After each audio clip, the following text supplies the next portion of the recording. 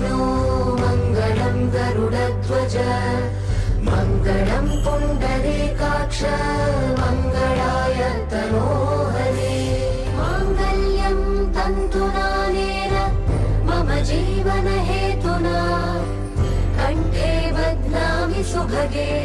त्वं जीव शरदः शतम्